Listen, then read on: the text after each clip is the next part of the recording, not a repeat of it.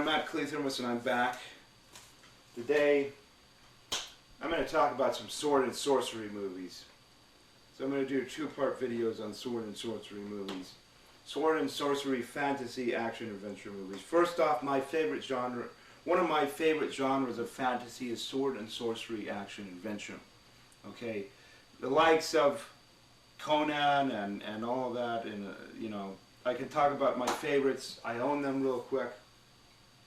Is Conan the Barbarian, Conan the Destroyer, the Conan the Barbarian remake, which I talked about in the past.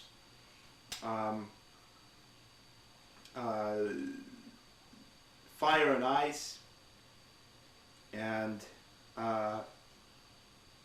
Conquest. These are all cult classics, by the way. And then there's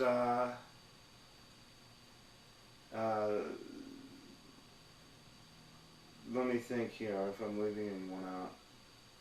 Okay, there's three others I have not that deserve an underrated review, because these are ones that not a lot of people know about, these three, and these are ones that generally have a poor reception. They don't get the fucking respect that they deserve, and they're so good.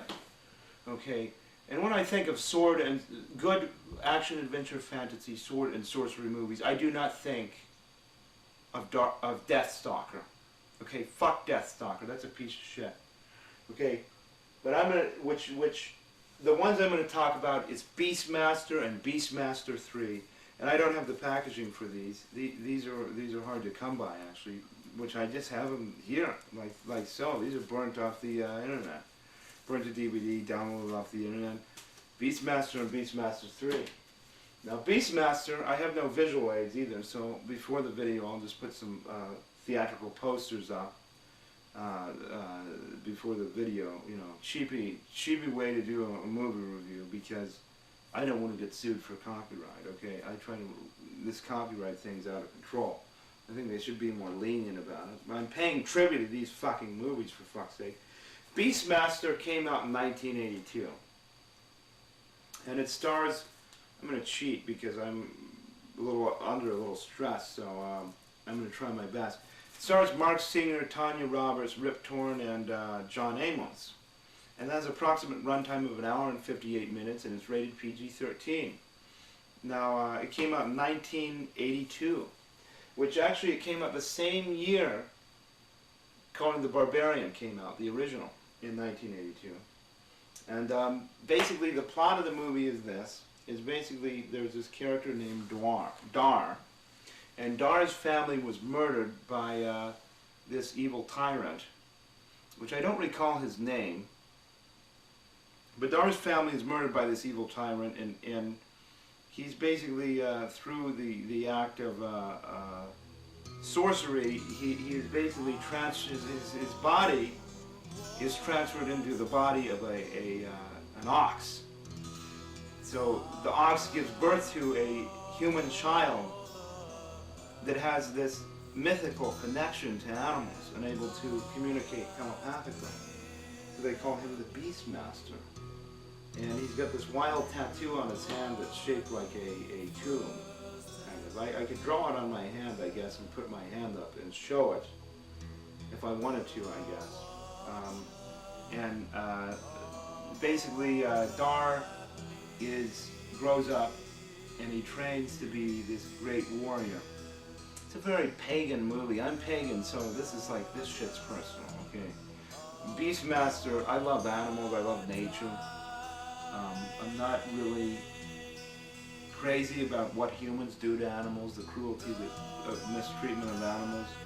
I don't think there's really any humane way to kill an animal, to tell the truth, which it's never really humane. Some people say that, but I don't think so.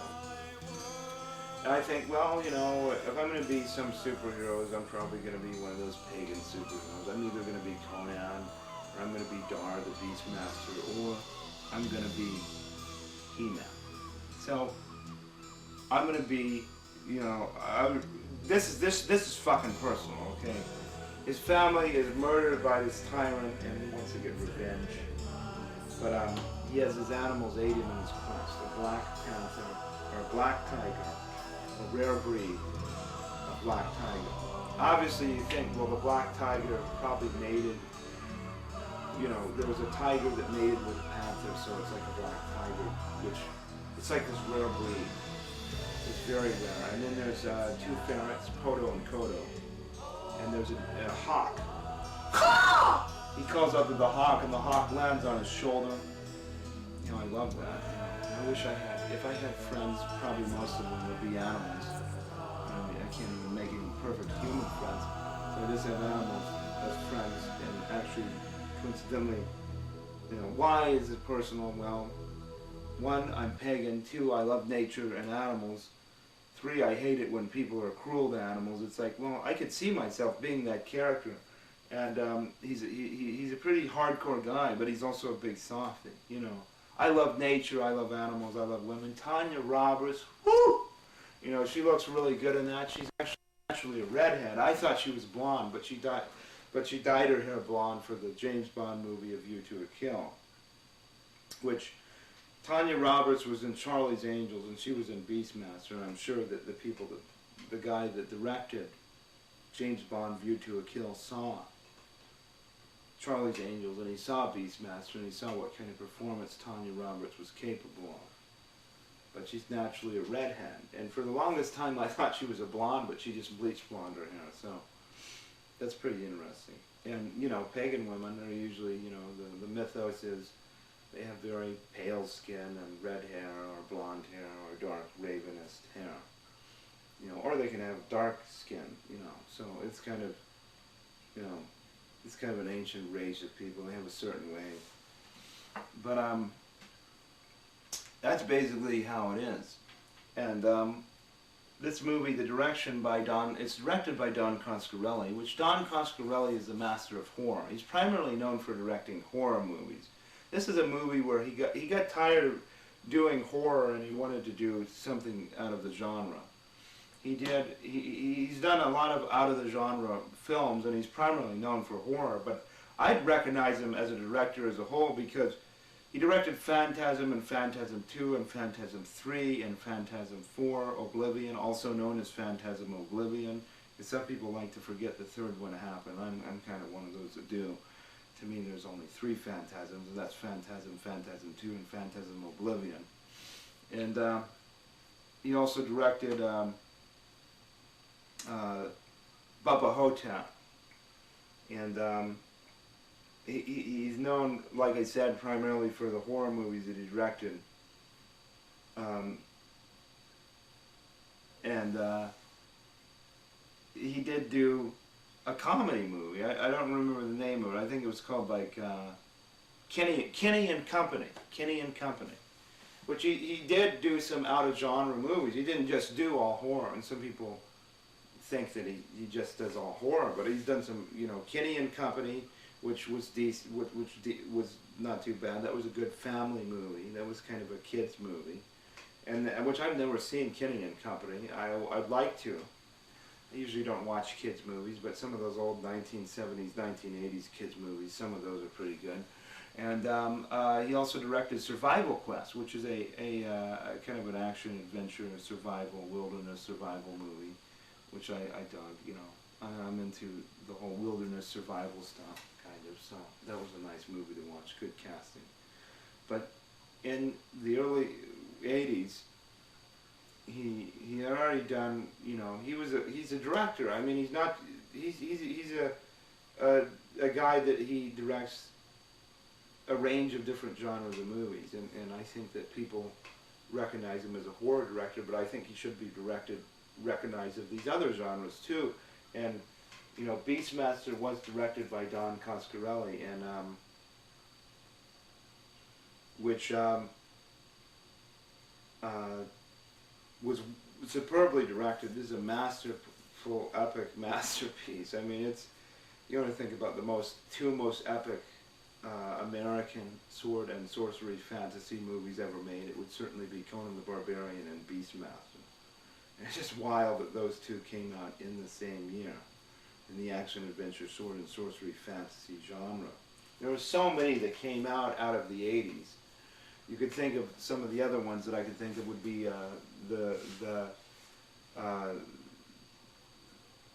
the Sword and the Sorcerer and the Sword and the Sorceress, which are not sequels or anything, but there's lesser movies that are not as good. I don't think those are that good. I think they're decent.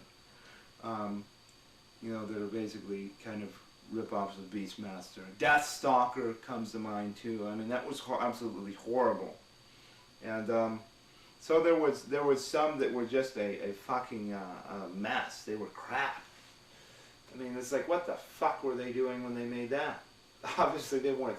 You know, it just became some of those became about money or less directing going on, and just a quick way to make some money for, well, this is a popular genre. Let's do a sword and sorcery movie, sword and sorcery fantasy, and it's like, well, you got to put a lot of thought into it when you're going to do it, because I think that you know, the more thought that's put into it, the better. It's kind of a rite of passage, but it's kind of the way of the warrior kind of thing with Beastmaster. And a lot of people, you know, there's a lot of people that didn't see it when it came out, because I think it came out around the same time Conan the Barbarian came out, so I think more people were going to see that. It's a movie that it was released on DVD in 1999. They made a DVD release, but it wasn't a very good release. I mean, it had the movie remastered in widescreen, and it had a photo gallery and a couple of theatrical trailers. And that was about it. I feel, you know, if there was a petition for it, I would definitely sign it. Is I feel that they need to release all the Beastmaster movies, re-release them, or I should say re-release Beastmaster and release Beastmaster 2 and 3 on DVD and Blu-ray with multiple subtitles and with good bonus features. I hated Beastmaster 2 and I thought it sucked. To talk about this, the Black Tiger, they actually dyed the tiger in the movie's hair black. It took a while to wash it out, but they washed it out, they got it out. All the animals were treated really, really well in the movie. Everybody that was on the film really enjoyed making it. The movie was a really intense movie too. I remember when I saw it when I was a little boy. You know, I'm a 1980s kid. You know, grew up in the late 80s and throughout the 90s, and you know, I saw it on TV in the early and mid 90s, and it blew my mind as a kid, and I still love it as well. It's a movie that really holds up really well, and the atmosphere that it creates is amazing. It's got some amazing direction and amazing cinematography and great choreographed fight scenes. The sword fights and everything are incredible, and it's a very enjoyable movie. It really caught on, and I think that's why they did sequels, and they even did a TV series, which I didn't care for the TV series. I hated that just as much as I hated Beastmaster 2. But I don't really know some trivia that can be said about this movie. I think I probably should have done a little research into it prior to talking about it. If anything, it's a movie that really got Mark Singer's name out there as an actor. He was pretty well unknown before he did Beastmaster, and he has the cult following that he has now, and he was in V, the original miniseries, in the mid-'80s. Year later, he did V, the original miniseries, and he did the Beastmaster sequels. I don't know his whole filmography, what else he's done. I used to get the guy that acted in Beastmaster confused with Mark Hamill, because they look a lot alike. Of course, Mark Singer's a little bit more muscular, so eventually I was able to get the guys, you know, these are two different guys, and their facial features, they look alike too. Similar names, so, it's just a really enjoyable movie. And it's a movie that needs to be seen too. If you haven't seen Beastmaster, see this movie. Now I'm going to talk about Beastmaster 3, which is the only other good Beastmaster thing in the Beastmaster franchise. Beastmaster 2 sucked, and the Beastmaster TV series was disappointing. Beastmaster 3 was a made-for-TV movie and then released on VHS. It came out in 1996. And if you want to talk about a good direct continuation, don't even watch Beastmaster 2. Okay? The acting in that is really pretty bad, and it's a movie that's worth skimming over. And skipping to Beastmaster 3, I mean, this is a good direct sequel. And it stars Mark Singer, Tony Todd, Sandra Hess, and Brian Warner. And this time around, this is a touch base on this, is the Beastmaster has a sidekick. And I don't remember his sidekick's name, but originally his sidekick was played by John Amos. Of course, John Amos quit acting, and they weren't able to get him on the movie, so they had Tony Todd playing. Two really great actors, two great black actors, black American actors. You know, I mean, I've always been influenced by these guys too. I mean, Tony Todd played Candyman, so Brian Warner's great too. He was in Star Trek V and Star Trek VI, playing two different characters. And so when I see them, I think about those characters that they played. Beastmaster 3 is rated PG, and it has a runtime of an hour and 31 minutes. And yet again, I don't have any packaging to show, so I'll just show the poster for both of these before the interview, or before the review. This is the last good thing that came off of Beastmaster, because Beastmaster 2 and the series sucked so much, and I saw it on TV as a kid, and I really liked everything Beastmaster really as a kid. I mean, I even enjoyed the TV series for that matter, but you know, you grow up, you mature, and your tastes change, and you're able to really maybe better analyze things or look at things. And this one, he has a lion with him, and yet again he has Poto and Kodo, and he also has the hawk, you know, and the hawk lands on his shoulder. It's great too. But this was the last movie that Mark Singer did as a Beastmaster. You know, this is the last time you'd see him play the character. I honestly, as opposed to doing a Beastmaster TV series, if they had to do more stuff with Beastmaster, I kind of wish they would have done a few more movies. I mean, they could have been good or bad either way, and if they were, I probably would, well, here's Beastmaster 4 and 5 or something like that. Probably be reviewing those too. Matter of fact, I think that these movies need to be re-released, and put them in a fucking box set and put them individual, Blu-ray, DVD, maybe a combo pack. I think the perfect company to do that would be Shout Factory, which are really great at that, and it's sad because although I hate Beastmaster 2 and that, there are people that like that movie, so why the fuck not release it? Why not re-release and put some fucking bonus features on there, for fuck's sake, you know, a documentary about how the movies were made and stuff. And Beastmaster 3, you know, it's not as violent as the first Beastmaster, so it doesn't have the kind of blood and gore violence that you see in the first movie. The acting and the directing is really good. There's a few extras that they play, basically Centurions, the Romans. It's kind of, I'm pretty sure they're supposed to be Romans. They're Centurions though, and their acting is pretty fucking bad.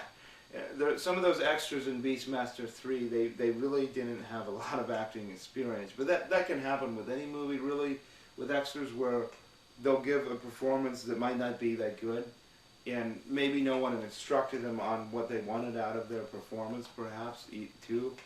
So they just kind of winged it and said, well, let's just do it.